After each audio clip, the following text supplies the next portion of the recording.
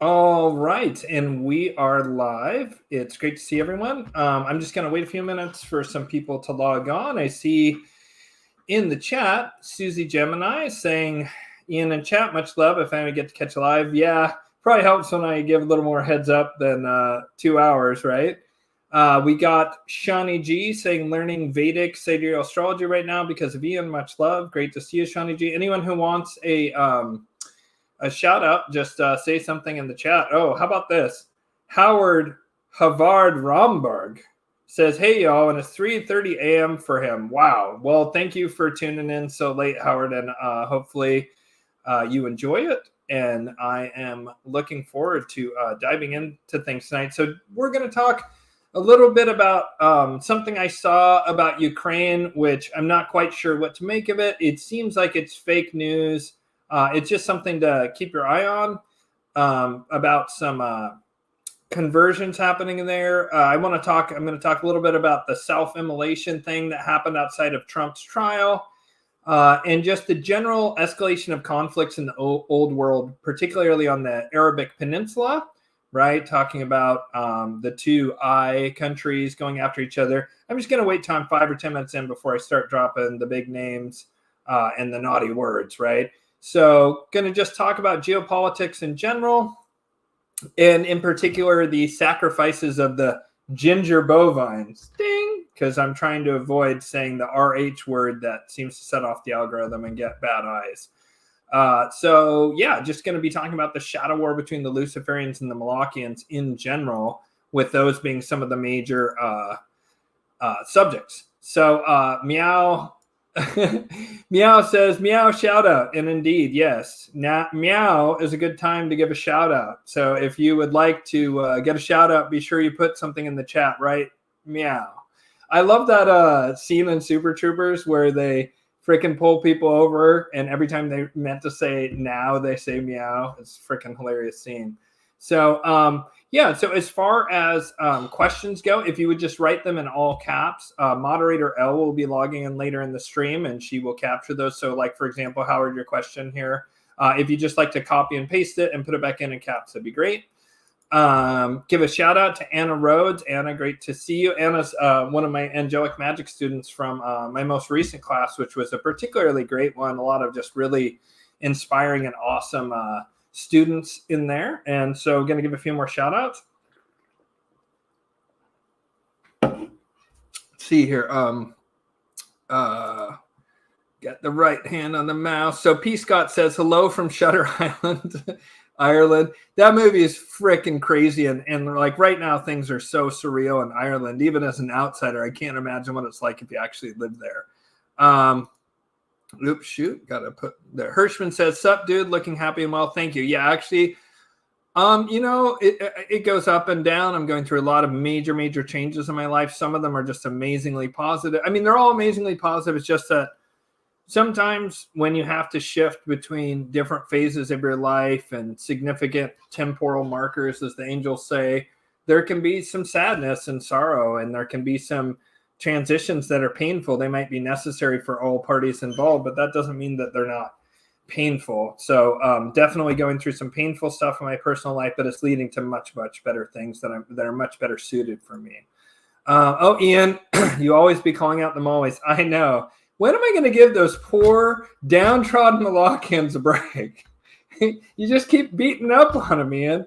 By the way, funny thing, I did an interview with Michael LaFlemme today, who wrote the book on Atlantis. He was on Tinfoil Hat a little while ago, and he and I just really jive, and I'm actually going to have him as a co-host, possibly in some of my live streams might be where I do it. I'm not sure, but he'll be a co-host in certain shows, and then if it's successful, then we'll go from there. He's really like very similar to me, has a very different knowledge base from me. We have some crossover in our knowledge, but he has a very broad and deep knowledge of a lot of things, in particular history. And he's a literal history professor. And so he knows a lot of things that I don't know. I know a lot of things, especially on the esoteric and occult end, that he doesn't know. And we have a very similar Pyrrhic skeptic mindset. I mean, I'm definitely more, I think it's fair to say, more mystical than Michael LaFlemme, but we we really complement one another, I think, and we have really great chemistry. So I'm really looking forward to that. Heather says, great to see you, Heather. By the way, Heather is one of the amazing people sort of in the, I don't know what to call the people. I forget what name they have chosen for themselves, but there's like group of people who sort of were fans of the show, then became angelic magic students, have become friends, and you know, like Heather, I work with Heather a lot. She's really amazing. She's working on the right now, the working title is the Conclave, which is where people will be able to meet in public sometime in September, October range. And so Heather has done a lot to support the channel and to support me. She's one of the hidden hands and hidden helpers out there who help me with the show. Another person that is doing a lot of work for me is Clint Corley. He's doing all the recent stuff you've seen where there's really cool visuals that are kind of like slightly in motion AI generated stuff. And video editing related to that. Clint Corley has done that. I don't know if Brother Clint's out there, but he's been really helpful. Moderator L, of course, is amazing and does all sorts of great stuff. Brent did the awesome intro music that's on the new introduction. So there's a lot of wonderful people out there who are contributing. So I try and give them a shout out whenever I can. So, hey, Ian, no scent of roasting beef wafted by End of the World and Hope. Definitely going to be talking about that. Yeah, so 42124. Yeah, if you cut out the 20 part, I'm not sure what to make of that, and we'll get into those kind of things more in the second half. So this is more for just throw up a chat. If you have a question for me or a comment you want me to read, something like that, just put it all in caps, and then moderator L will get that in the second half. And I'm just going to go ahead and put this up. I'm now about 5 minutes in, which means I can be swearing and saying the naughty names of countries, all that kind of stuff. In the second half, put questions in all quotes. So I'm trying to stick to like a tight 2 hours tonight, so we'll see. So, all right, so I'm going to put that up, and we'll just go ahead and jump into things. Okay, so I saw something on Twitter that I thought was interesting. I'm just not sure what to make of it, and there just wasn't a lot of evidence, and I didn't feel satisfied watching it that it was like what it appeared to be, or that it was widespread and not a one-off. But there's sort of a rumor going around on Twitter right now that the Ukrainian soldiers are mass converting to Judaism and answering directly to rabbis. And the theory was that this is just a plot by the sort of Molochians that hide in the midst of the Jews to take over what used to be Khazaria, right? Which is like the eastern half of Ukraine, kind of the Donbass region, Kiev and over and a little bit into the west. Was kind of like the historical Khazaria, and it maybe went down into some of the neighboring stands, right? To where the Khazarians at some point took over for the Scythians who had been there previously, right? And then they have the trident Tagma sign, which like seems to be a callback to probably Dark Brotherhoods in Atlantis would be my guess, right? And so the theory is that they're doing this in order to wipe out the Ukrainian Nazis, right, who are there, who are like from the, I don't know what you call it, from the historical, like Waffen SS and so forth, and that they felt comfortable killing those people because they're Nazis, and then that way they can depopulate Ukraine and move in there. Well, not sure. That just sounds a little bit complicated to me, but it does have an interesting historical echo of the Holodomor happened there, right? Or Holodomor, which is the horrible starvation that happened in the earlier part of the 20th century in Ukraine, where the Bolsheviks starved the Ukrainian people. 1.2 to 2 point something million people starved to death. And a state policy of starvation that a lot of people said was motivated by that many of the Bolsheviks were Ashkenazi, and that they wanted to take revenge on the people who had sort of conquered them, the Kiev Rus, and created the Pale of the Settlement and had destroyed the Khazarian Khanate around 1100-ish, give or take a couple hundred years AD. Which is right around the time that you start seeing the mass migration to Eastern Europe and Italy and Germany, all the way down to Italy, right, of the Ashkenazis. And so some people theorize that the Holodomor was sort of a revenge democide by the Bolsheviks onto the ethnic Russians who are now living in Ukraine, right? And so some people are saying that a similar thing is occurring now, and look at Zelensky. And it's tempting, right? It's tempting because what I do know is that, Zelensky and others have said Israel 2.0, which is very strange, right? They said it in terms of how much the U.S. would support Ukraine with, with like military funding. But some people were taking it a step further and saying that they're actually going to move there. Well, this is interesting because I do know this. Apparently in the late 90s and early 2000s, there was a tacit agreement between Vladimir Putin and basically portions of the Israeli government to move basically the state of Israel to the historical Khazaria. And they were going to run out there with, we have a historical claim to that land that's actually much stronger, Khazaria, blah, blah, blah. We're going to move to eastern Ukraine. And that basically they were going to purchase it from Putin and or the people of Ukraine for a very cheap price. But it's got good agricultural land. It is an area that has had a lot of historical conflicts over it, but nothing like Jerusalem, right? Nothing like Jerusalem. And so there was supposedly, according to, I wish I could find this. Do you ever find something and then you lose it and you're just like, oh my God, why didn't I save a copy of that to my local hard drive? Because anything else, it's just poof, it can be gone. There was this very hardcore right-wing Zionist who hated the Sabbatian Frankists and called them out all the time. And he kind of struck me as like a Luciferian in terms of mindset, right? He's very meritocratic, very nationalist, the way a lot of like the MAGA Trumper Luciferians are, right? Very similar, but from an Israeli/Jewish point of view, right?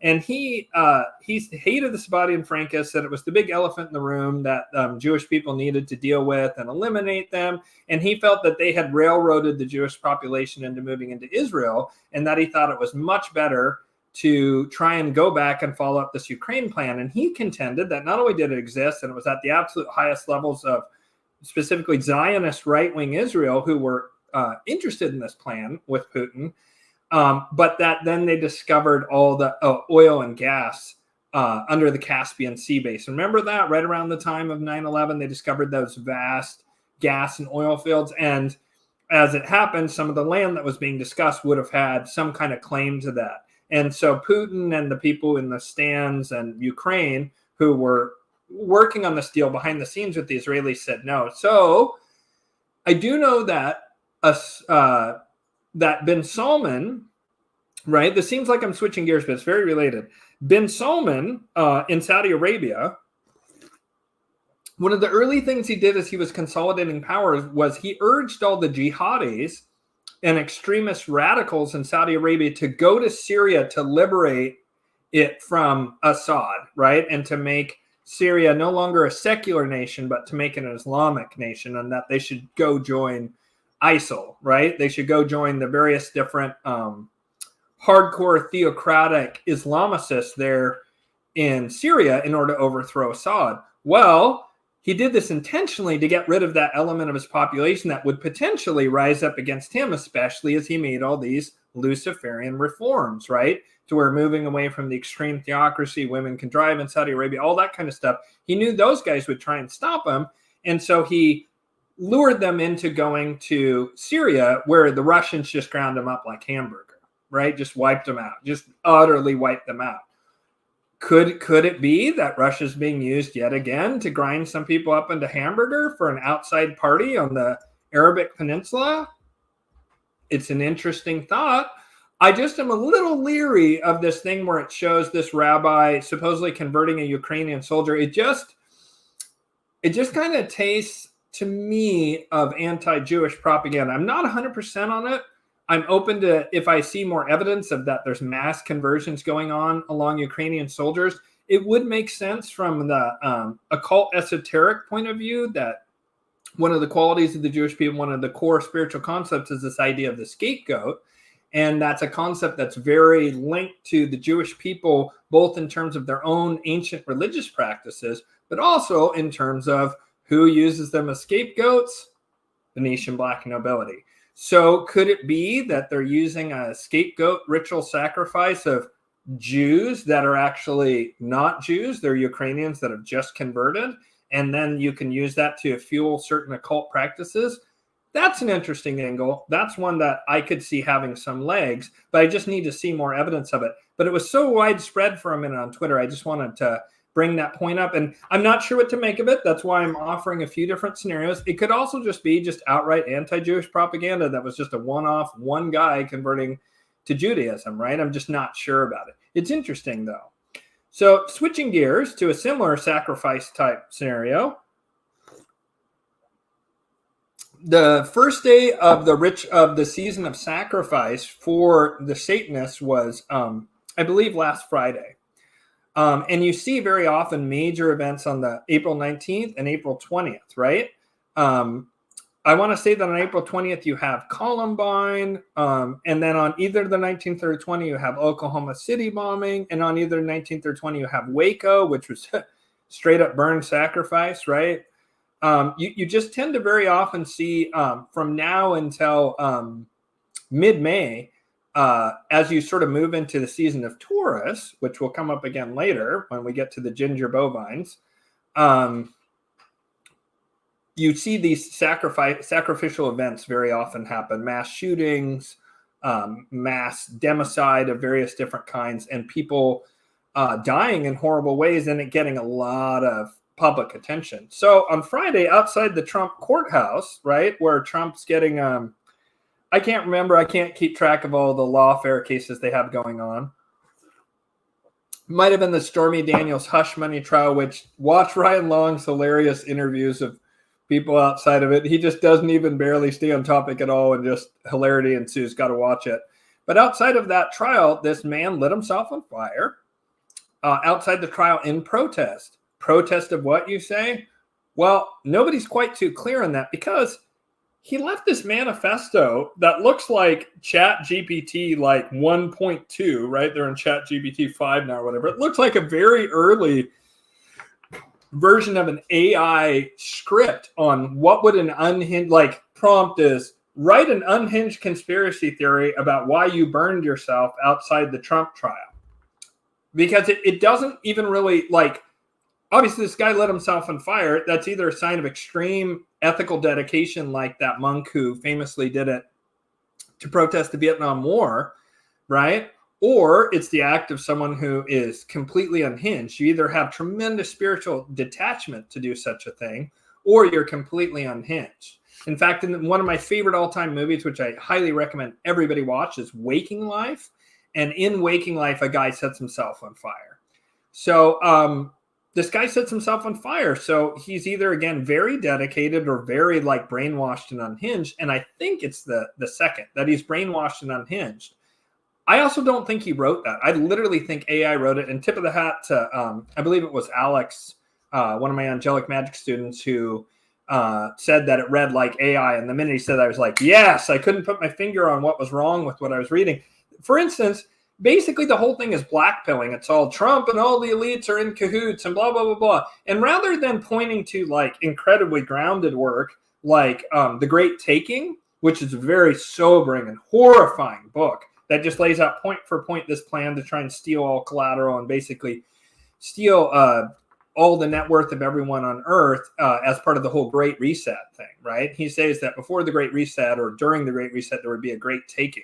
That guy's work, and I forget that guy's name here. Let me look it up real quick, because it is a bit scary, and don't let it black pill you. I don't think it's going to happen. But it's The Great Taking by David Rogers Webb. And it's worth a read to understand some of the mechanisms that are put in place and to maybe protect yourself. I mean, I do think there's going to be bail-ins. I do think there's going to be mass theft. There's also certainly going to be a huge wealth transfer that's going to occur. That's why I bang the table about precious metals and select cryptocurrencies on this channel so often, is because you do need to protect yourself as this wealth transfer occurs. But it's a little black pill. But the point is, it's blackpilling that's like rooted in actual reality, right? Whereas this guy's unhinged rant again, it didn't even read like an unhinged person. Like we've seen manifestos over the years of shooters or whatever. It didn't read like a real person's writing at all. It was just too disjointed. And rather than having like that level of thing that you could point to the WF and various policies and think tanks that are interconnected, and WF's a partner of Agenda 2030, all these rational, grounded things that are very concerning, right? Which a real activist would have put that kind of material in there. Instead, it has a gigantic section about revelation of the method on The Simpsons, some of which just doesn't even really seem related at all. And so what's the point of that? Yeah, it was a distraction, but it also seems that it was a bit of a, that there was some kind of sacrificial black magic ritual that was woven into that. And I'm not exactly sure what to make of it. Again, I don't understand what the purpose was here, unless it is an occult esoteric purpose, because it was one of the first days of the season of sacrifice. But what's the point of this weird unhinged AI rant that doesn't make any sense at all? I'm just not entirely sure what to make of it. It's very strange, and I think it's worth noting. Do I want to say anything about Trump's trials? I had that on the list there. I mean, gosh, what is there to say? Like, at the end of the day, all this stuff is just nonsense. But what I do see happening is in a lot of these Trump trials, there's certain precedents that the prosecutors who are trying to nail Trump, right, and get him a felony, so maybe he can't run for president or have to run from a jail cell or whatever, right? There's this constant reaching for precedents, right? Like there's one that just got, I know what I was going to talk about. The Supremes look set to knock down this idea of using this obscure section of Sarbanes-Oxley in order to say that the people on Jan 6 committed a crime similar to what happened with the Enron accountants destroying documents that were not exculpatory, but the opposite of that they were like damning documents that were part of a legal proceeding that was occurring. Sarbanes-Oxley criminalized that specific act, but it was talking clearly about physical objects and materials and written records in particular, right? Written and digital records. Whereas what happened on Jan 6, they're trying to say was they're using the just little part of it that says during a legal proceeding or during some kind of legal procedure, and are saying, they tried to disrupt the vote count, so we should nail them with the Sarbanes-Oxley Act. Well, even the liberal justices, right, like Sotomayor, seem, based on the questions they were asking the prosecution, to be saying that's way overly broad. And they're striking that down. So that's one thing that's happening, is core legal arguments that the Molochians are making against Trump are being destroyed by the Supreme Court. And at the same time, there's certain legal arguments that the prosecutors are making, such as once you're no longer president, you can be tried for crimes committed while you were president, right? Which they're trying to say, it's similar to Nixon, but they're really trying to make that distinction that you absolutely definitely can do that. And Trump has said many times, well, if you were to do that to me, you could, for example, say that Obama committed a war crime by blowing up an American citizen. He killed that teenage American citizen who was like a part of ISIS or whatever with the drone strike. And he used a target assassination to do it. So he knew beforehand when he signed the document that he was going to kill that teen U.S. citizen. And Trump said, well, then he could be prosecuted for that. And they're like, yeah, actually, maybe he could, but that's okay because we're in control. He's going to use those same legal arguments against Obama and Biden and Bush. Just watch. So two things are happening. One, the Supremes are defending those core arguments so that way Trump won't get nailed, while also the Luciferians are allowing the Molochians to advance legal arguments, some of which are very novel, against a former sitting president, which can then be turned around and used against them.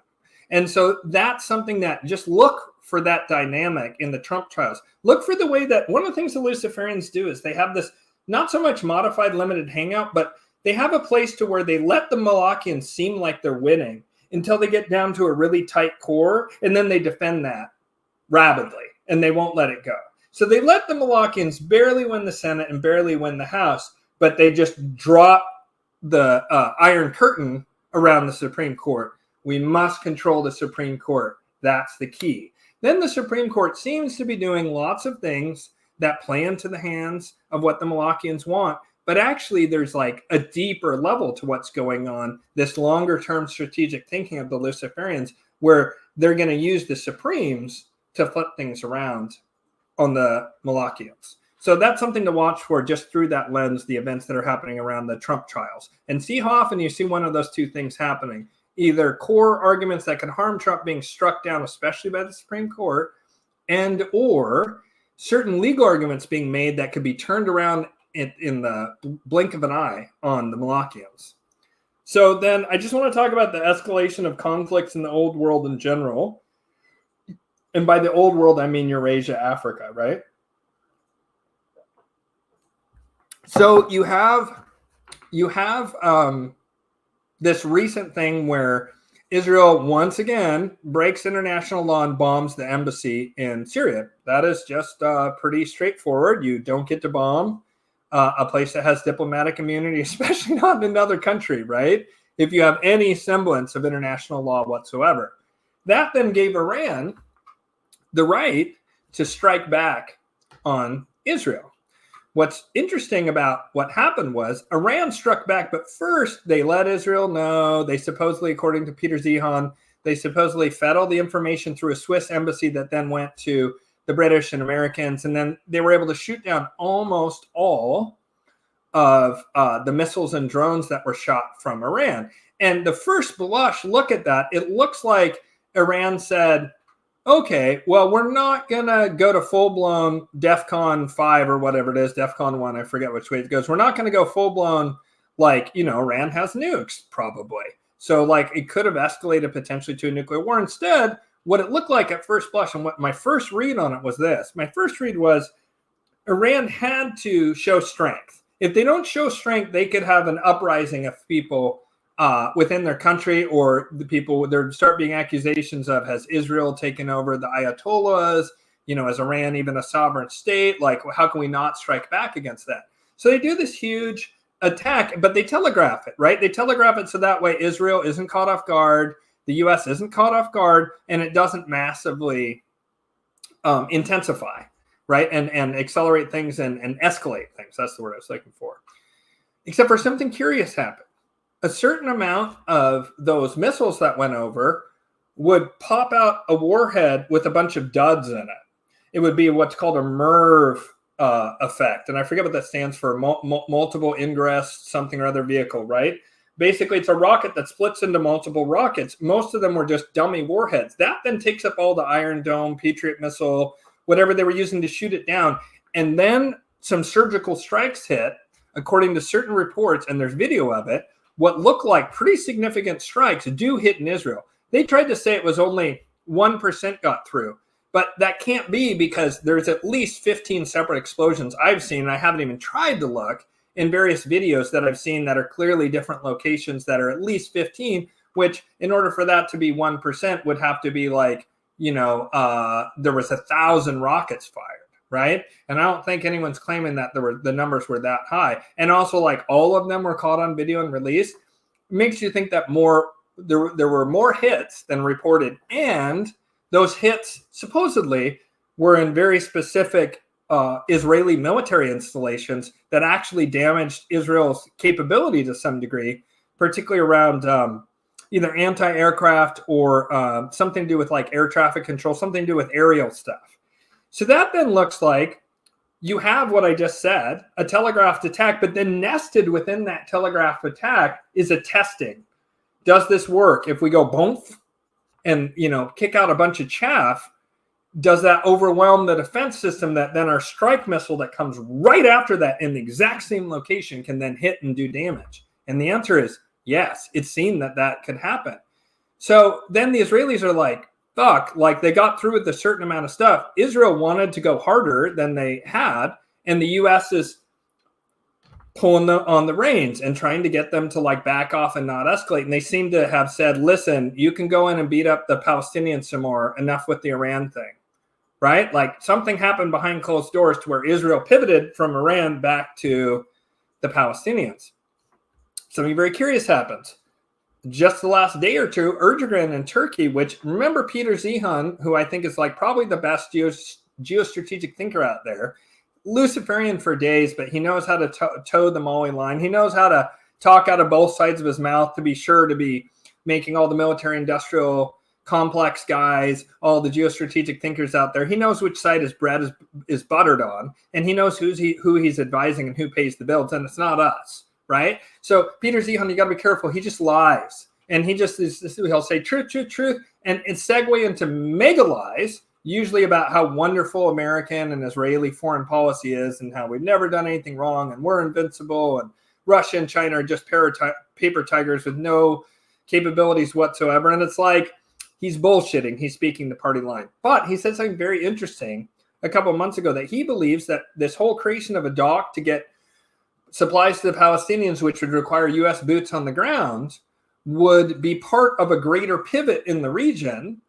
And I had been thinking the same thought to myself, that it looked to me like Israel was being set up to be either scapegoated or cut loose from kind of like the American, British, whatever, Molochian Empire. And it seems it's the Molochian force that's considering cutting Israel loose, which is very odd, right? And you see like Yuval Noah Harari and other people trying to bring down Netanyahu, and they couldn't get rid of Netanyahu. It seems like they're threatening Israel with, or plan to go ahead with, letting Israel just take it on the chin and pivoting to Turkey, which would be a much more useful geostrategic partner. They have tons of land. They have critical water supplies that go down into Iraq and elsewhere. They really kind of could easily dominate the region. And if they had an injection of American capital and weaponry, they would easily be able to dominate the region in a way that Israel can only dream of. Plus, they're Muslim. So that means they immediately have more cachet and could get forces on the ground to back them to create. Erdogan wants to have his new Ottoman Empire, right? He just had the head of Hamas there in Turkey, and he's a NATO member. What is going on? That looks to me like more evidence of that America is considering, or is in the process of enacting, a pivot away from Israel towards Turkey. Turkey is also right next to Ukraine, could help buffer and back Ukraine, and also controls the Bosphorus Strait, unbelievably huge, especially if you're trying to cut off Russia and Russia's access to the Mediterranean, right? If you get Turkey under your thumb, the way Israel's been under our thumb, and Zihan made a really compelling argument in this, that Israel has caused a lot of headaches for the U.S. by doing its own thing, and that the theorizing is, and I question this mentality, but the theory is that it'd be easier to control Erdogan. Not sure I agree with that, but the Maois aren't smart, right? They don't really think things through. Nonetheless, there does seem to be rumblings and evidence that Israel might be cut through. I mean, for the first time in that I can ever remember, Israel is getting bad press. I've never seen it before. I've also noticed on the peripheries a real increase in basically pro-Nazi propaganda, saying, hey, maybe we've really misunderstood those guys back in the 30s and 40s Germany. And they're releasing certain historical truths that actually are a compelling argument. For example, what books were burned, right, in 30s and early 40s Germany? Well, you often say, I had always heard there were books by Jewish intellectuals. Okay, but what books? And the answer is communist books and pro-gay books, and especially pro-trans and even pro-pedo books that were written primarily by one specific guy who really pushed, he was one of the first people to push the whole trans thing, actually, interestingly enough. And that's whose books were burned. It wasn't random. So they put these kind of facts out there, which have been brutally suppressed for 75 or 80 years. Why now? Why is this showing up everywhere on the peripheries of society, this kind of sort of pro-Nazi narrative that's emerging on the peripheries of society? Well, what if the Antarctic Germans are a much bigger player than people think? And what if they want to come out and reveal who they are? And what if they're the vanguard of this lower, dark Luciferianism, which, again, where the conflict will take place is in that lower Luciferian, higher Molochian. That's the crossover as we're moving out of Molochian consciousness into Luciferian consciousness. the first part of that consciousness is that lower ebb. And that's where I would put the Germans, especially if they've evolved away from certain things, certain aspects of the ideology. Bormann, we know Martin Bormann, who almost certainly ran the post-war Nazi International until he died, if he's dead and hasn't had his life extended or something. He was very against a lot of the racial supremacy stuff. He liked the pro-Germany stuff, but he was very pragmatic. And he didn't like a lot of the Nazi cultural stuff. So what if the post-war Nazi International is a slightly higher consciousness than the during the war Nazi International, which clearly went down into Molochianism with the whole death camps and work camps. And yes, maybe the death camps are overstated, maybe not. Doesn't really matter. They definitely existed. I've been to Auschwitz, Birkenau. I have zero doubt that horrible, egregious slaughter took place there. Were there way more slave labor camps? Was that money going to black nobility, blue blood families? Yes, absolutely. Is World War II probably the most lied about event of the past 200 years? Probably. Yeah, it's right up there. Does that mean the Nazis and Toothbrush Man are good? No, it does not. Could they be part of this vanguard of Luciferianism that comes in with high tech and highly disciplined meritocratic structures?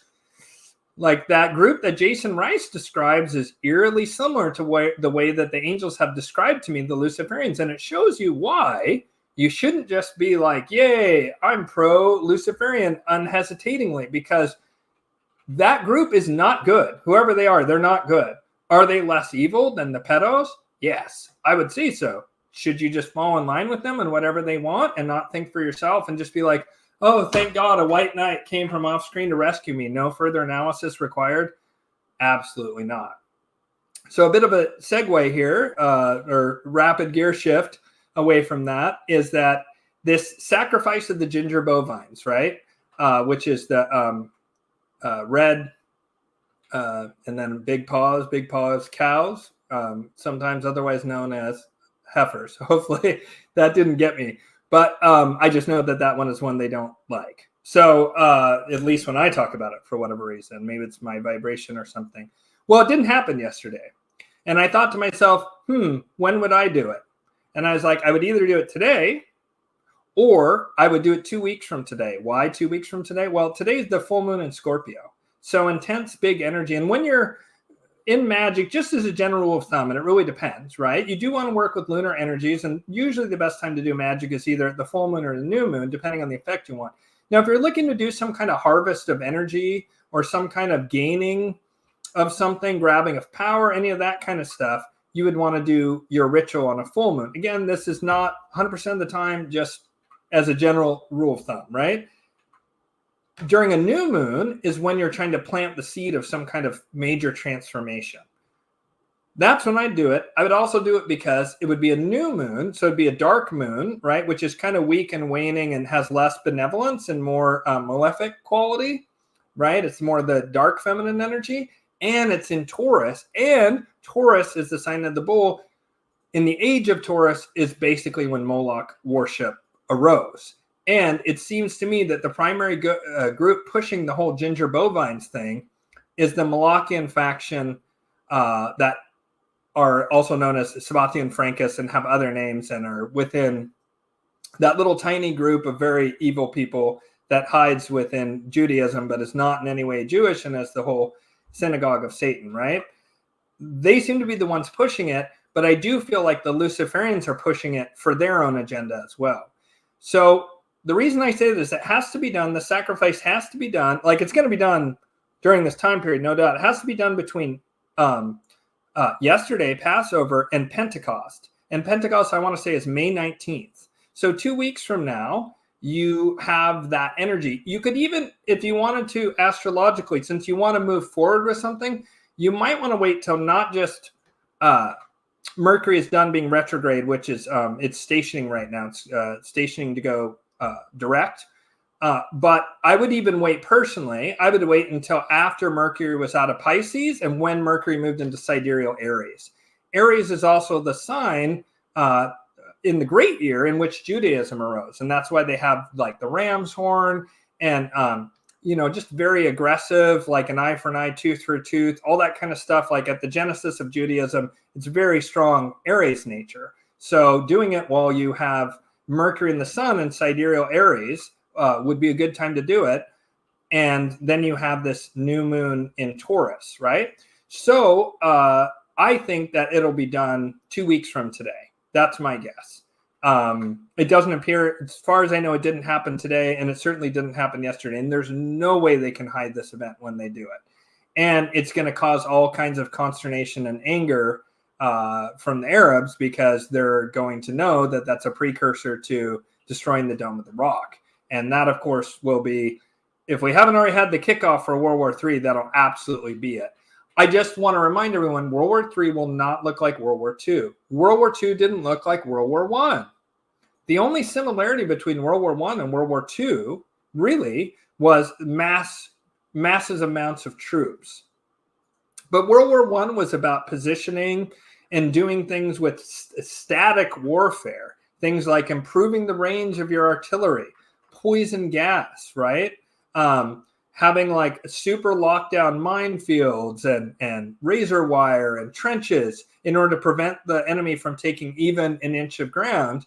And it was predicated on stopping cavalry and troop movements, right, of ground troops, right? And it was basically a counter to the Napoleonic era of warfare. And World War II was a counter to that, right? World War II was all about mobility and mobility based on machines. And it was not so much huge columns of people as it was huge columns of tanks with air support, right? And V-2 rockets and mobility, and also information, radar, the Enigma machine, things like this, right? You can see how it's an extreme evolution. We've had 80 years since then. We don't even know the technology that exists. But it seems to me that this Luciferian consciousness wants to have a global high-tech civilization. And as such, they're not going to do big nukes. They're not going to do massive columns of troops and tanks and all that stuff. They're going to do surgical strike after surgical strike. They might do things like take down the internet for a period of time, right? Which you could easily do that by severing just a few undersea cables, would take down the internet, and then people would be dependent on Starlink or its equivalent in other countries, right? Which I believe that that's going to happen, and that'll be in part to switch things over to the Luciferian internet. It'll be part of that, because we're moving away from sort of the Molochian ground-based kind of low-tech internet that they foolishly allowed the Luciferians to lay the groundwork for. And then you have internet really 2.0. They say web 3.0, but I'm saying it's the real 2.0, where you're going to have everything be satellite. You'll have, instead of Wi-Fi, you'll have Li-Fi at some point, light-based internet. You'll have blockchain technology at the center of all the architecture. All the underlying operating systems will have blockchain.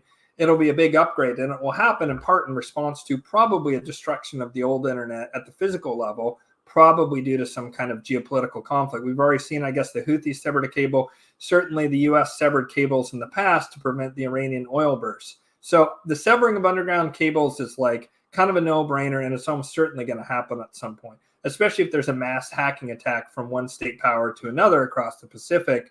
That'd be one of the first things I would do if I was either the CCP or the U.S. government, is I would cut the connection to the rest of the world to ensure that you're no longer able to be hacked with your domestic systems. And then you just would have to stamp out any domestic hacking that was occurring, right? So World War III is not going to look the way World War II did, and we shouldn't even bother looking. It's not going to look like the Vietnam War. It's not even going to look like Iraq, right? It's not going to be about occupation. It's going to be about a takeover at an economic and technological and technocratic, meaning political level. That's what's happening.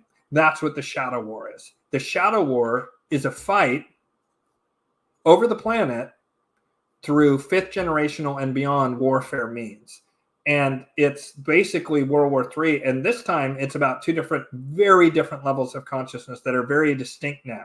There was a lot of crossover between the two consciousness in World War II. I would say the United States was very Luciferian at the time, like almost full-blown Luciferian with a little Molochian cap on top, controlling it, controlling things like the Federal Reserve, controlling things like the highest levels of the government. But the energy of the nation at that time was 110% Luciferian. Since then, there's been a lot more Molochian energy that's been built up, but now we're seeing a Luciferian reaction happen within the United States.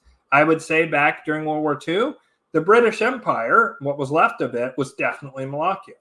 The communists were, without question, Molochian, right? It's a little difficult for me to discern with the Japanese. They seem to be that they were Molochian, Luciferian, kind of both, right? They certainly did horrific things that were Molochian consciousness, rape of King Nanking, etc. But what was the spirit of the Japanese people at the time? It feels to me like a mix. And I think the same thing is true of Germany, right? Like, but you can't flip-flop. You can't do this Molochian duality. They're either super good and boy, Austrian painter guy sure had some good things to say, right? Look at the modern AI speeches of Toothbrush Mustache Man. Like, they're pretty good. They were just nationalism for Germany. Yeah, that's true. That doesn't mean that they didn't do horrific war crimes. They absolutely did, but everybody did during World War II. The U.S. did the firebombing of Dresden, which was absolutely Molochian and probably a giant burnt sacrifice in the middle of the war. So we got to get over this infantile Disney Star Wars. The bad guys are going to come in with the Imperial March, dun dun dun dun dun dun dun dun. Dun. You know, Darth Vader wearing all black. It's going to have a specific color of lightsaber just to make sure that you know that he's the bad guy. That is not how this reality works, and that's certainly not how this bifurcation between Molochian and Luciferian consciousness, which is now almost complete. That's what's been happening since 2020 is the separating of those two. And here at the end of March 21st, 2025, that Luciferian consciousness will begin the process of completely turning the tables on and destroying the Molochians. And it's really well underway at this point. So the Shadow War is, in a certain sense, World War III at a consciousness level for humanity here at the Great Changing of the Ages. So go ahead and write all your questions in all caps. I'm going to take a quick 5-minute break and turn off my camera and everything. And then when we come back, I will answer all the questions. Remember, any witty commentary or questions you have, put them in all caps, and moderator L will put that in. Thank you so much, and I'll see you guys in 5 minutes. I'm just going to, I guess, blank the screen. Oh, I'll say taking a short break. Taking a short break. Back with Q&A.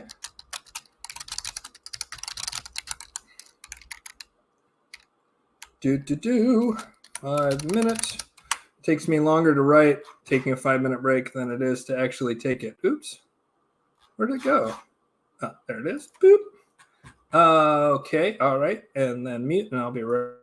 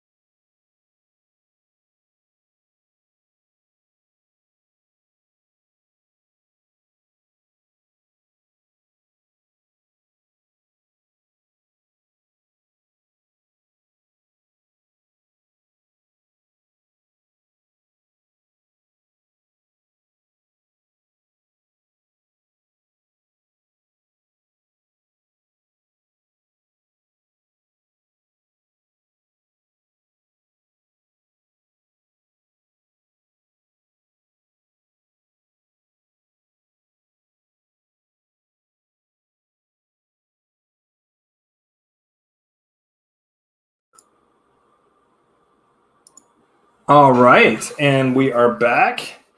And remember, just put your questions or comments in all caps, and then moderator L will take over from there. Okay, so any news on the potential fallout from the Chinese mollies and the Washington mollies presumably warring? Will Lucy's take advantage of this? Oh, yeah, absolutely. In fact, in the way I described, Peter Zehan talked about, the vulnerability of the internet because of the cables. He thinks that then that the U.S. government would nationalize Starlink. I think that would then be part of the Luciferian plan, moving the internet into something they already control. Their boy Musk is there and is already in control of that. I think that they are looking at, I wouldn't even call them the Washington mollies. I would say that they're the old world Molochians who have just used the U.S. as a cudgel for, a century plus, something like that. At least since World War I. And Woodrow Wilson, the Mollies have had pretty strong control of the U.S. And I'd really say it's that 1876 or whatever it is, corporation of the United States. But the U.S. wasn't then really a power. It was a power that was just the muscle, right? That's like saying the mafia hitman is the Mafia Don. It's not. The Mafia Don is in Italy, right? We already know that. And so, yes, absolutely, they are going to take advantage of that conflict between the old Molochian power structure that emanates really from Italy, of which Washington is a mere appendage, a very powerful appendage, but an appendage nonetheless. The same way that the British were just an appendage of that. When the British were the bully boys for the Mollies, after the 1500s, after the War of the League of Cambrai. Have you noticed the palindrome dates for this week for April? Any numerology significance? That's something that I would defer to other people who know numerology better. If Alex wants to comment in all caps and talk about numerology, it's just not a strong point of mine. And so I don't want to comment on something from a place of, novice level knowledge. It is during the season of sacrifice, and so it's significant in that way. There's a lot of astrological significance to what's going on right now, but as far as numerology, I just don't know it well enough. One thing I would say about numerology is dates are really important. I think that gematria, unless you really know what you're doing, it just ends up being like schizophrenic gibberish. And some of the gematria stuff that's out there, I don't even know if it's real, right? Like I haven't confirmed that this specific branch of gematria means that when you type in this thing, then it becomes, Lucifer always wins, or XRP is going to the moon, or whatever. Like I see a lot of gematria around XRP and other cryptocurrencies where they claim there's coded messages, in mainstream headlines that you have to use gematria to decode, and then it just starts to get like a little ungrounded to me and a little inconsistent. And so I do agree that numerology of dates definitely matters, but I would defer to someone like Alex if he's watching. And if Alex wants to answer that question, I will put Alex's answer up and comment on it from there. DK asks, will the switch be flipped on January 1st for XRP XOM, or is that just when the CDBCs come along? Well, that is now I've read that this has gotten pushed back to October, November of 2025, but for a long time, January 1st, 2025 was when all banking systems worldwide had to switch over to the ISO 222 fintech language, right? They have a much older ISO thing for regular Swift, which is really just a glorified 1970s email. It's really cringe, like how bad it is, and like you wonder how the global economy has been operating on that for so freaking long. It's just a testament to how smart people are that they can build off a really shitty infrastructure. And that's why this is such a big deal, this switch over to fiber optic, real-time, or very close to real-time XRP transfers and scalability and all that kind of stuff. Like the internet of value is going to be absolutely mind-boggling what it's going to do to the economy. It's going to do for the economy what the internet did, which was 10x the economy or whatever, except for 10x that.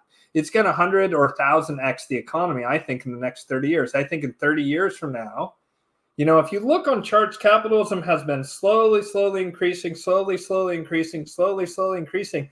But it's like having the amount of time it takes to double.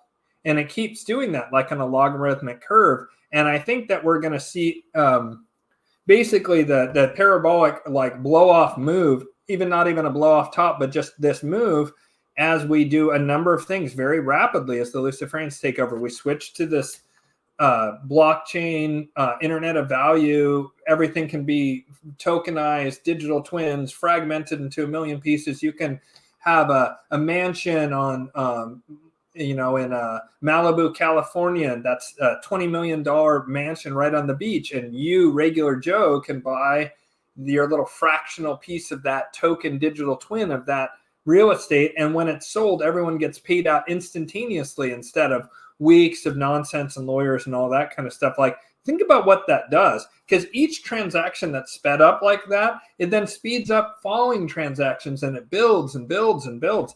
Like, we're going to see this incredible change just from this internet of value thing occurring, right? Which is the switchover of the economic system. But then we're also going to see when they release like the basically free energy and anti-gravity and some of this other tech that they've kept under wraps, even if the free energy of the actual device, I think, will probably be extremely defended. You can't really just have people having an unlimited energy device in their house. It'd be too easy for bad actors to weaponize that. And so what I see happening is that I think that that's one of the biggest problems they have. And what I would do is I would treat it much the way they treat a nuclear reactor. I would just have it like with military surrounding the device and the device hidden. So even people work there don't really know what the device is. And then out of that device, you have cables taking power to people. But just think about basically unlimited energy.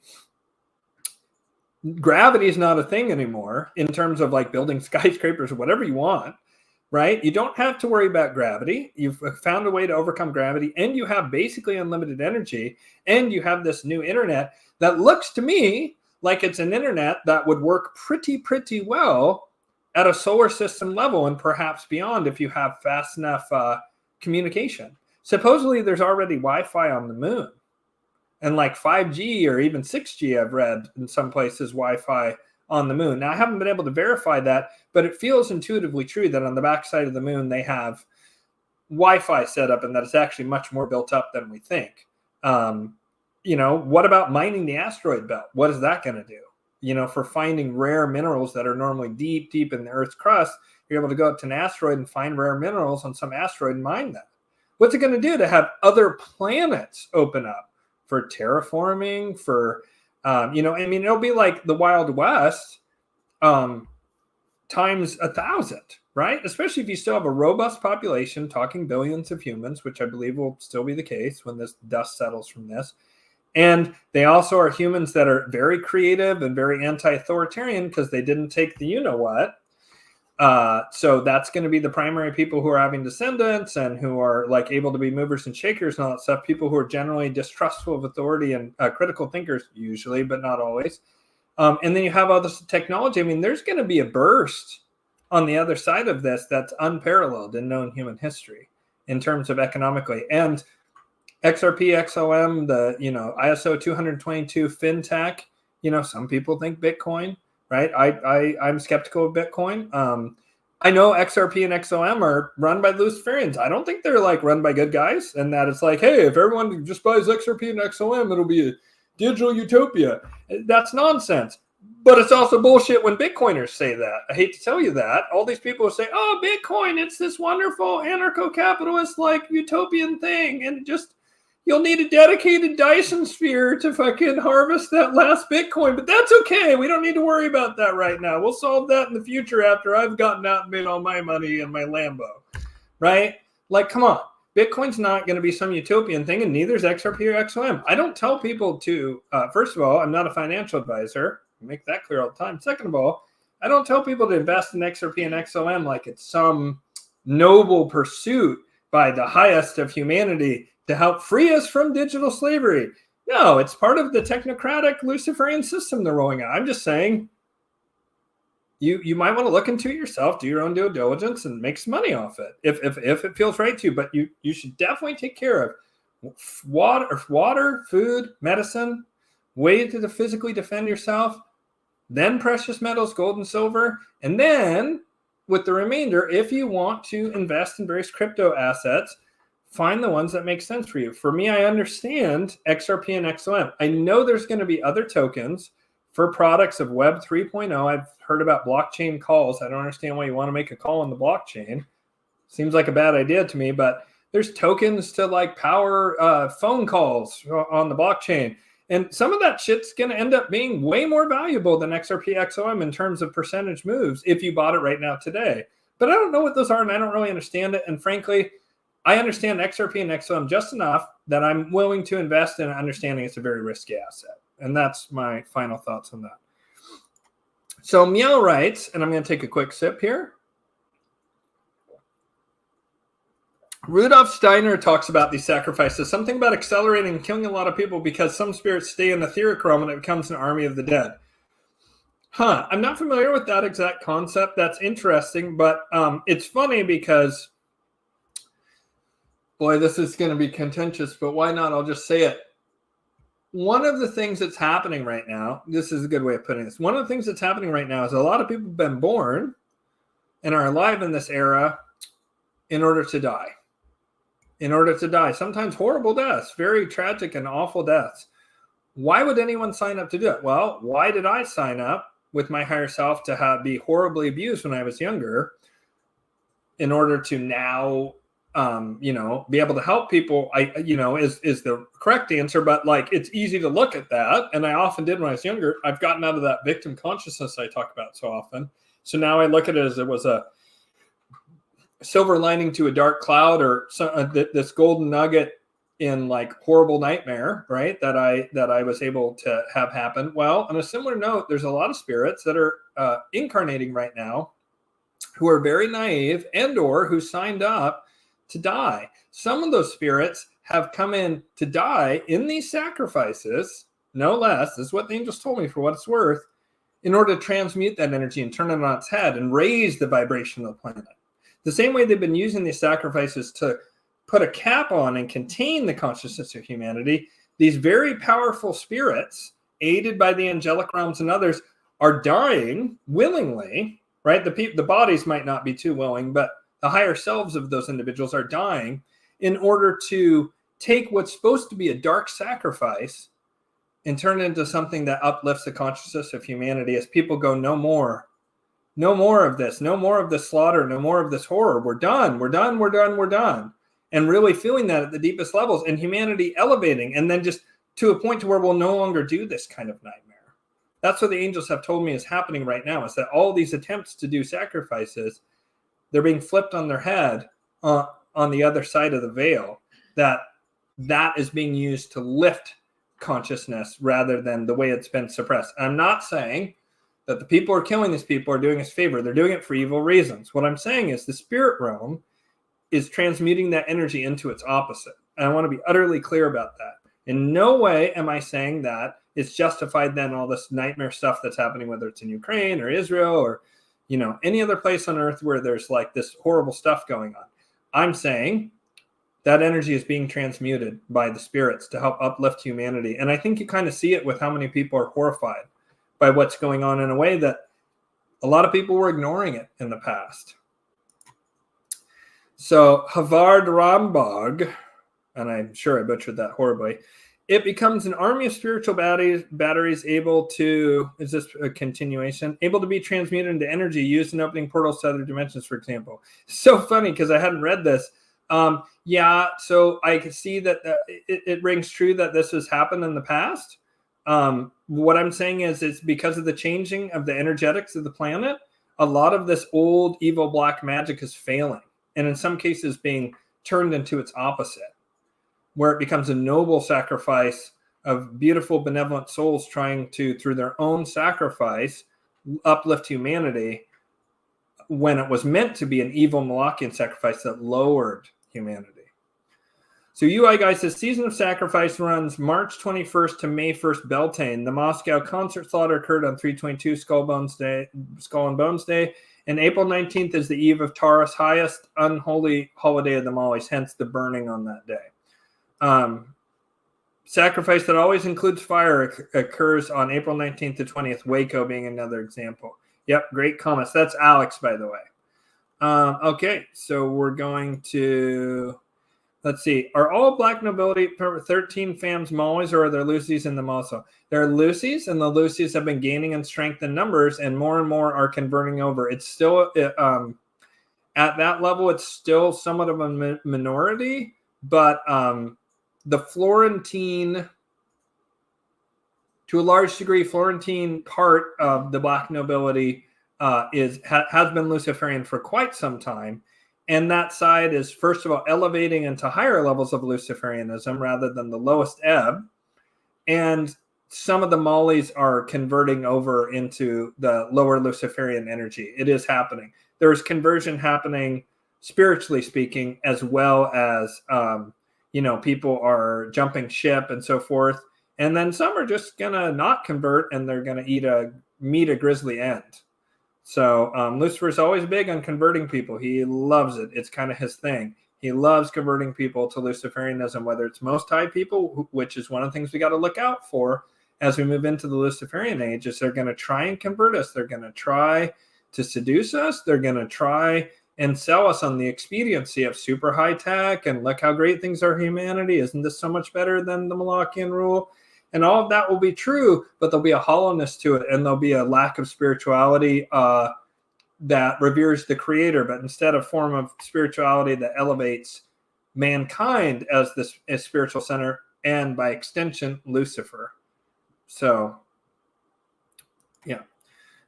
So are these wars supposed to speed up the coming of the Messiah? Well, yeah, I mean, according to some twisted mind control programs, yes. Would I agree with that? No, absolutely not.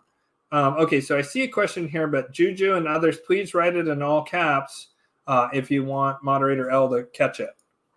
Okay, question. So will that economic upturn help to distribute the wealth more equally? Here's what I perceive will happen. Okay, this is pure speculation on my part based on a very specific vision I had.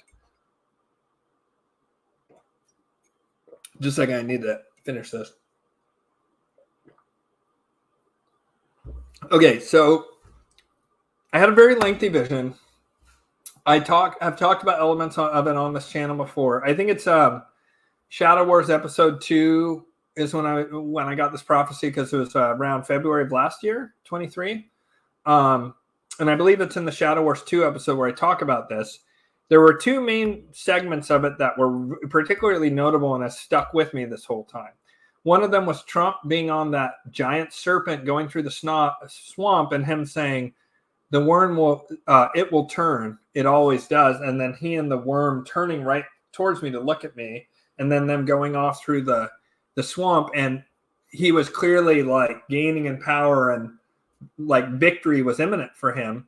And then I saw what looked like a ticker tape parade on Madison Avenue or whatever in New York. And in the midst of this parade was Lucifer on a throne, and he was throwing gold and silver to everyone, right? And I saw it both in the form of gold and silver, but also like a digital equivalent, right? So XRP and XOM, something like that. What I see happening is the Luciferians don't have to rob us to become fantastically wealthy. They can do two things and become fantastically wealthy, and they don't need to steal from us, right? That is, get up there and mine their asteroid belt and take advantage of the space race, which they're already light years figuratively and perhaps literally ahead. But they can just seize all that Molochian wealth and even distribute a bit of it, and they're still fantastically wealthier. They can just seize the quadrillions with a Q, quadrillions in assets that the Molochians have, and keep 90% of it for themselves, becoming wealthy beyond their wildest dreams, and a huge majority share, and still distribute the wealth more equally, ding, in a superficial way. They could also do something like, I'm open to the idea that Nesara Gesara is a real thing, in the sense that especially when there's so much Luciferian symbolism to some of these names for some of these things, like the Lucius Trust. Some of the things, there's White Spiritual Boy, there's the farm account or whatever it is, right? There's these various different mega accounts, which I've confirmed with people who work in finance are real existing things. Who has this money? Who has that money? And what are they planning on doing with it, right? That they have suddenly created these things in the last 50 or 60 years, right? Who runs those things, right? Who runs the Lucius Trust? Do we actually know? As far as I know, we do not. So I could see them having a jubilee, a global jubilee, erasing all debts, which is an instant redistribution of wealth that's more equitable, by the way, and perhaps even filling people's little piggy banks with some of this new financial system money, right? Which could be in the form of UBI and or could be in the form of Nesser, Gesser. Everybody gets these certificates and money and whatever, and they get this much money in their name. What happens when you do that? Dave Chappelle did a comedy sketch years ago where it had what would happen if reparations happened. And they had this thing, and there was all these different people who were super rich, black people rolling around in caddies and all this stuff and like cackling. And they're like, CNN now reports that the richest man in America is known simply as Tron. And it's some hustler guy in the hood played by Dave Chappelle. And Dave Chappelle's also the white anchor man in whiteface because Dave Chappelle's a gangster like that. And it goes to Tron, and he's like, hell yeah, I just kept winning, and the dice kept kissing, G. And he's got all this money, and he's like, I'm rich, bitch! And he's just super excited because he has all this money. What's my point there? If you give people a bunch of money, undisciplined people are still going to spend it instantly. Disciplined people will take the long view, and if they have deeper pockets because they've, say, raided the Molochian piggy banks, they're going to have a crushing and overwhelming economic advantage, especially when it's coupled with a total surveillance system and digital ID. They can let it seem like you're winning for a decade, and they've already won from the moment you said go. They can just be patient. And why wouldn't they be? They run the planet now. They can take the long view. And that being, Lucifer himself, takes a very long view. So you could see something that looked very utopian and on the surface egalitarian in a certain sense. But there would be certain things that were hidden that you would start to say, well, wait a minute, who's running things now? It's not entirely clear. Who has all the money now? It's not entirely clear. You know what I mean? There would, on the surface, it'd be like, wow, it's a brave new world, but without all the evil. And then it'd be like, wait, well, maybe there's just a little evil, but maybe it's more cleverly hidden than it's been in the past. That's what I foresee happening, is something like that. Something to where they get what they're going to do when they take over. The Luciferians is they're going to do everything they can to bribe you and convince you that they're the good guys, that they're the saviors of humanity, and that they did it because they're just so good-natured and they love you so much that they wanted to protect you and save you. And yet they're keeping all the surveillance. Yet they're keeping all the technocratic stuff, right?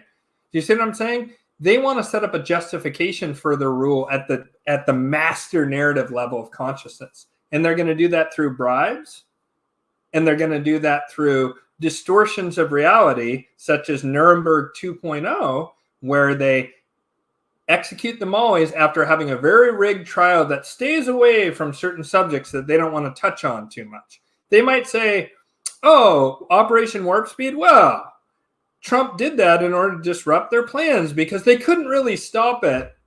Is that true, or did you guys allow a little eugenics to happen in the midst of your saving of everyone? Did you maybe just allow just a wee bit of eugenics to happen? Maybe, since that's kind of the most Luciferian thing ever. Democide, the Holodomor, that's Molochian. Eugenics is actually very much Luciferian. And that's kind of a good way to sum up those two groups. Is eugenics good? No. Well, but it's better than just starving everyone to death and just killing everyone on the booted heel of communism, right? Yeah, it is better, but, well, no, we don't need to go into those little kind of variations. But they're going to avoid letting the cat out of the bag that they let an awful lot of people die for their own goals. that they did an awful lot of ruthless things, and that they're not being entirely honest about their motivations or the level of power that they're going to have once the dust settles.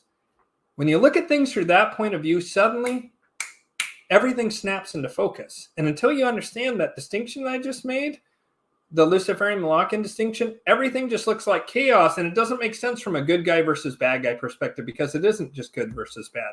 It's really just three different levels of consciousness interacting with each other. Okay, let's see here. Okay, Juju Bear. Oh, economic upturn. Already got that one. What do you think of attaining immortality through black sun alchemy? Well, this is another one of those things of where, like, I'm familiar with some of the terms, but I'm not familiar with the specifics here. My understanding of the closest thing to immortality that I understand has been achieved in the Kali Yuga is basically controlled reincarnation, which the VBN does. I think certain good masters do it as well, but they have attained a sort of immortality, forcing reincarnation in certain bloodlines and staving off the evil that they've done for the millennia until the end of the Kali Yuga, which they'll have to pay the piper then. I'm not aware of any other form of immortality. There is vampirism. There are certain things that can greatly extend life to an absurd degree, but it's not, is it really life? You know, there is stuff like that out there. I don't spend all that much time going deep on, I guess I don't know for sure, because again, I'm not familiar with this specific example, but this appears on the surface to look like some form of black magic to me. The very idea of attempting to attain physical immortality is saying that I know better than God, which is at a minimum Luciferian, if not Molochian, trying to stab off and never have to pay for your crimes, right? Someone who's most high aligned will know, oh, I'll reincarnate, and I'll reincarnate exactly the next step from my soul's evolution. I'm in alignment with natural law. I accept the role that I have pre-programmed into things. And if I was meant to live forever, that it would just sort of organically happen. I don't need to seek it. So through that lens, my guess would be that that's some form of black magic. And so I don't really study black magic. I try and not pollute my mind with that. I do think it pollutes your mind to look at it. Like I have that book. Sometimes I talk about Game of Saturn, and I always warn people about reading it because I felt my consciousness start to shift from reading it, because it's an initiatic Molochian tarot book. And so I just put the book down. I had enough evidence to determine what I wanted, and I didn't want that book to taint me. I've actually thought about getting rid of the book. I don't like the energy of it, even to have it in my house. So hopefully that answers your question. Can I use black sun magic against them always? I don't know. I mean, that, again, best case scenario, it's like Luciferian. And if you are comfortable with that level of consciousness, and I'm not judging or condemning you, it is better than what we've been in the past 6,000 years.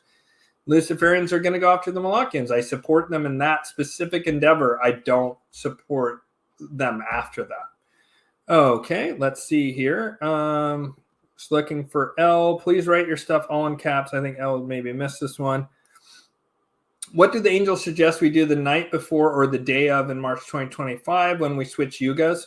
I haven't asked them that. It's a great question. I would say that the best thing we can do between now and then is to work on ourselves. Be sure you're battening down the hatches and taking care of the physical circumstances of your life, and also do work on healing trauma, overcoming victim consciousness, and just increasing your connection to both yourself and your community as you can, and find your soul family. That's what I would suggest. What should you do in the actual day of it?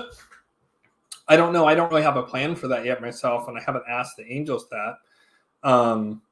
I think, intuitively, I feel like meditation on that day might be good, and all of us just trying to visualize how the world's going to be a better place moving forward consciously, and what that means for each of us, and then take action of that on March 21st, 2025, after the sunrise. Start to make the world a better place right then and there. And you'll have had time to contemplate what that means. Okay, let's see. Maybe we're all caught up. Oh, here's one all in caps. I'll just go and grab this one. Ian, do you think we will ever have a reincarnation life where we come in with access to all of our past lives instead of amnesia most of the time? Well, there is a magical practice that's very complicated and after a great deal of effort called Perfecting the Solar Body. If you watch Midnight Gospel, if you watch the episode where he interviews Damien Eccles, a very controversial figure. I don't think he is a Satanist who killed kids. I don't believe that. I believe he was set up by a local pedophile killer who blamed some local youth who fit the bill of what Christians would dislike during the Satanic Panic. I'm well aware that there was true elements to the Satanic Panic. I'm saying the specific case of Damien Eccles, my intuition tells me that he was set up. Could be wrong about that. I've investigated to some degree, and my current belief is that he was set up. So Damien Eccles talks in that episode. He's a very learned esoteric and occult scholar. He's the real deal to a certain internet person who talks with the accents and claims to just know everything and just be better than everyone, right?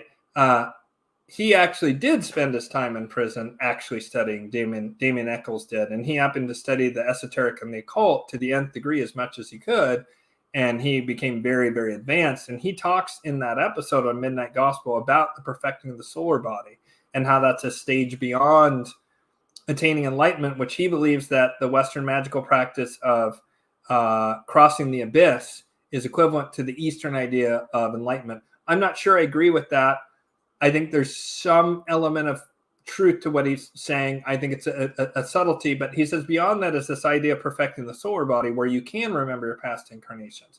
A lot of white magicians, including, I believe, myself, did this in the Bronze Age. The problem is we were identified by the Mollies who then killed us at various points through extreme means. When you kill someone who's perfected their solar body, normally they would come back in the next incarnation ready to rock.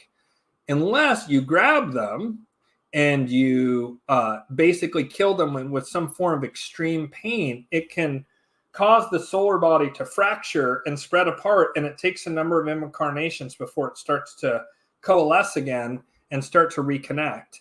And so it is possible to do that. In the future, when we are wiser, we may be able to incarnate, it wouldn't surprise me, during the Golden Age with knowledge of all our previous incarnations during the prior cycle, in order that we might learn the spiritual lessons of that and live a conscious, embodied physical life in this world, having that knowledge. In the dark age of ignorance of the Kali Yuga, having that knowledge perhaps would prevent you from learning the hard lessons of the dark night of the soul that is the Kali Yugas. So I believe that I perfected my solar body in a previous life, specifically in pre-dynastic Egypt. I'm pretty sure I even know what that incarnation was. And I'm basically positive, though I have no memory of it, that I was burned at the stake at some point during the Inquisition. And that then caused me to disrupt and only have fragments of my past life come in through dreams and through various experiences. But it's how I know so much. It's a big part of how I know so much about the esoteric and occult. It's not actually stuff I've learned in this life. It just comes through me, and I know it's true, and then I'll look it up, and it is true, and it's something fairly complicated. And so it's possible right now, but it's exceedingly rare. And I don't remember most of my incarnations. I just remember some. I've also done QHHT.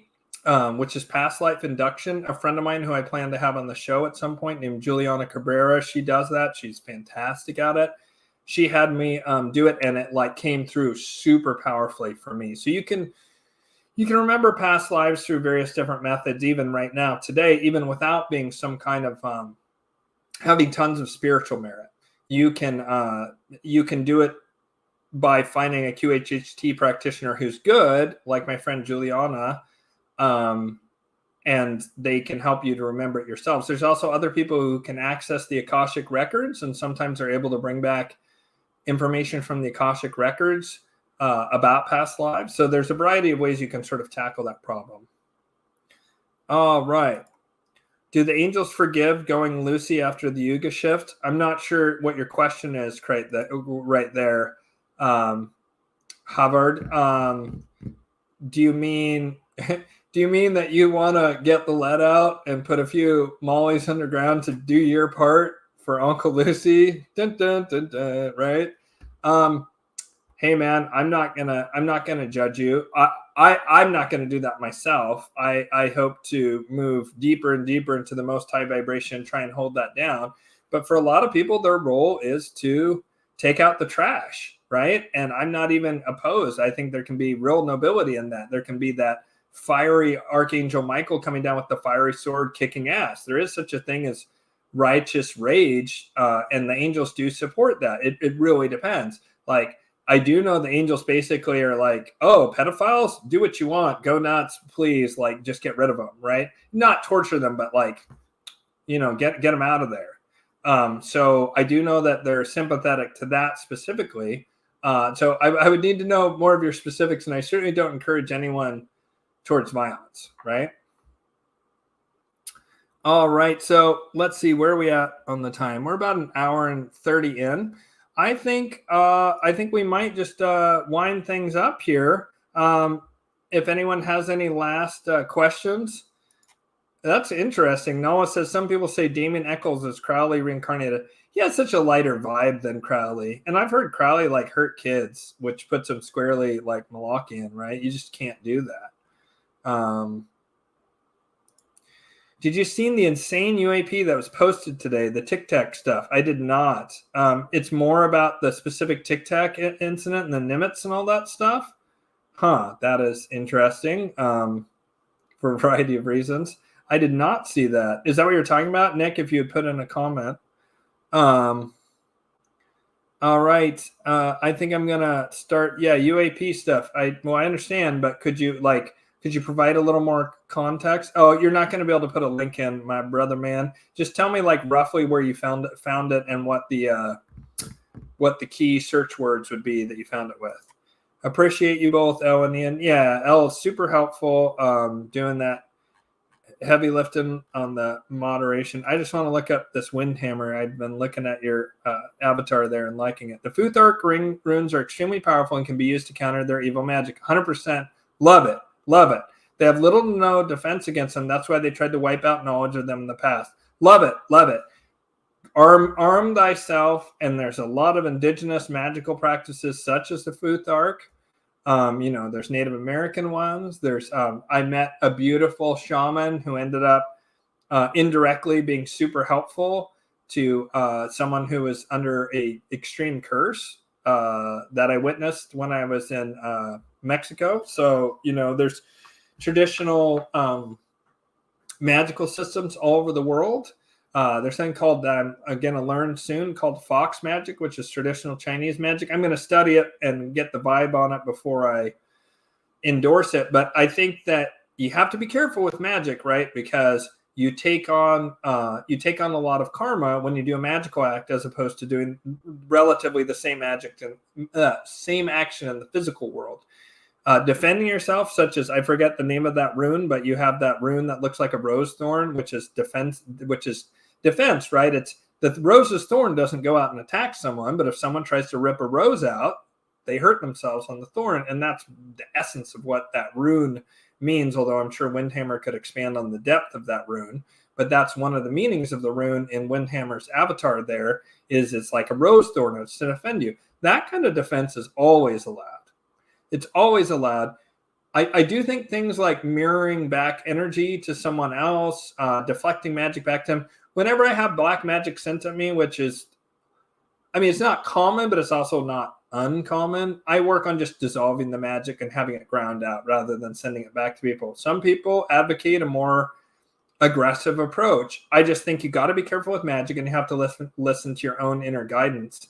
That said, there's lots of magical systems out there, and certainly the Futhark is an incredible one for divination, and I also believe runes and bind runes are very powerful and potent things, but it's a form of magic that is very much directed by the consciousness of the user. So if you use it for noble means, you're going to have noble results. You're going to accrue noble karma, positive karma. If you use the Futhark for negative means, then you're going to accrue negative karma. And that's really up to each individual to determine where that line lies. I just know that I can't just wholeheartedly endorse magic, even though I do love people picking up the Futhark and picking up, especially if that blood runs in their veins, the Norseman blood. I think it's especially potent when you use a magical system that matches your genetics, right? Your genetic profile. And a lot of that magic has been suppressed, exactly as Windhammer is saying. So I want to real quick say, I'll put the link. Yes, please, Nick. Oh, we're waiting here, Nick. Oh, wait, you maybe got it.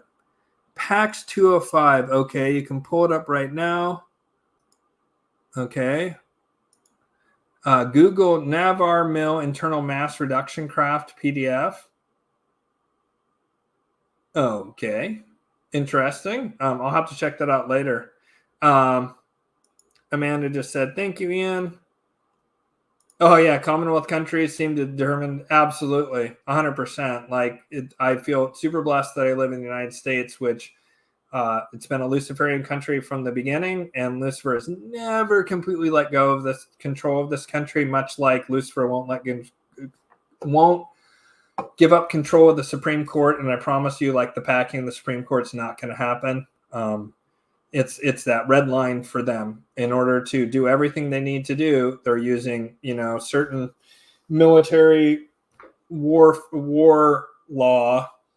I forget what it's called, but it's some form of law that comes into place under the military that it seems that the Lucies are using.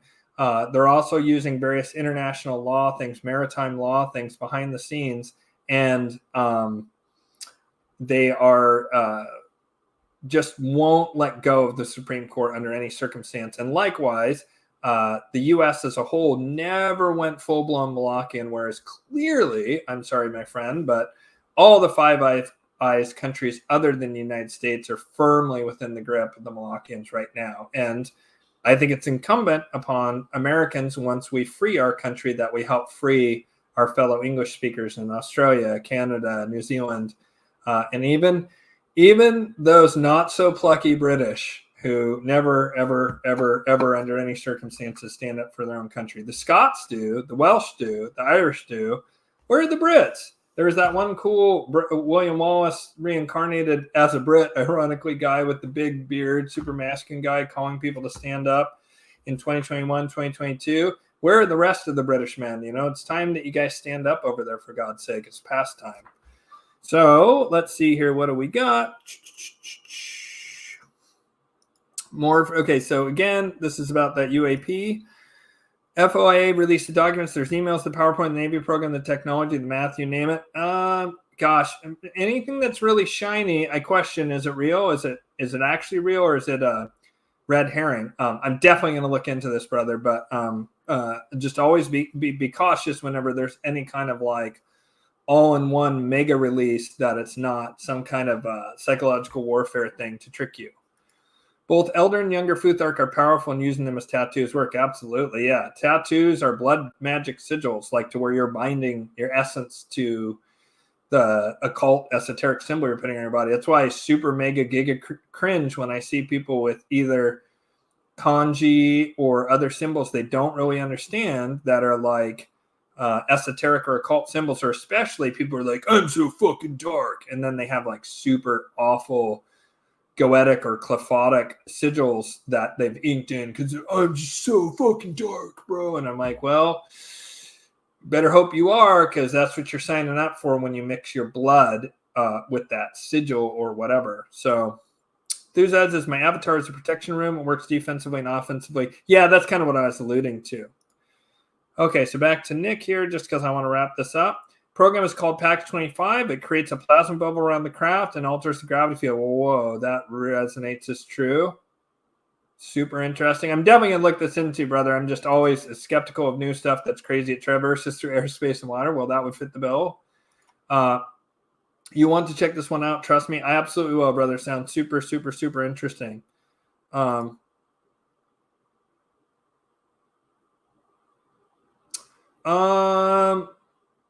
Zelenko, Dr. Zelenko, yeah, he's fantastic. Oof, yeah, that Noahide thing is so nasty. I just don't even want to touch that one. It's just it's just I don't know what to think about it. I don't know whether to think if it's I don't know if it's like the Sabbatian Frankists are setting up the rest of actual Jews to go down for fall, if it's anti-Jewish conspiracy theory, if there's something to it, if it's a Molochian plan they want to roll out. It's just so dark and nasty. It's just so nasty. Just even looking into it, and it's hard for me to discern. A lot of channels cover that. I just don't want to. That one to me is like, if it's true, then either it's going to get stopped by the whole Luciferian thing, or were it to roll out, it would mean that darkness had prevailed, basically. So I guess my comment on that. I think they're foolish is my comment on that. I think it's hard not to be tainted by that energy. Yep. So yeah, we will definitely check this out. Good, sir. I'm not familiar with the SCP. I am not either. Science fiction plot. Yeah, I'm going to have to check this out. So anyways, I think I'm just going to go ahead and wrap up there and say much love, everyone. Thanks for coming on. Look for that interview with Michael LaFlamme to come out soon. By the way, for those who are interested, you can go to this website. Actually, I got to make it easy to type. whitelotusoflight.com. If you're interested in getting a reading, I am closing down readings in a week from today. Actually, it's my last day that I'm going to allow readings that aren't the deep dive and natal, or deep dive natal or Navamsa combined package, like as the minimum entry point for me to do astrology. If you're interested in having incredible personal transformation and the ability to bring greater harmony, abundance, love, joy, access to all your talents, finding the confidence to make your talents actually available to yourself and to the world, and to really step into your power, then I really urge you to join the May 16th Angelic Magic class. It's going to be a special one. It's a bit more complicated, has a lot more content than in previous classes. It's going to be 7 weeks long, about an hour to 90 minutes for each of the classes. It'll be 7 consecutive Thursdays starting the 16th. And I think that ends up ending on like the 27th of June or something like that. But it's going to be really deep. And people who have taken my angelic magic classes in the past have seen really incredible transformation in their lives. And I believe I'm a living testament to what the angels can do for one, in terms of making them more confident, making them happier, making them more productive, loving, harmonious, kind, better parents, better lovers, kind of everything really. Like, as you work with the angels, you just work through all your bullshit and self-limiting beliefs. You integrate your shadow, you heal your trauma, and you step into the divine masculine, divine feminine, depending on your body, and will awaken that sleeper cell of the Most High. So if you're interested in any of that, yeah, Mosties, exactly. If you're interested in any of that, come join the class. It's going to be a banger. I'm going to drop the hammer of the gods, as Sam Tripoli would say. All right, much love, everyone, and I will catch you next time. All right, bye-bye.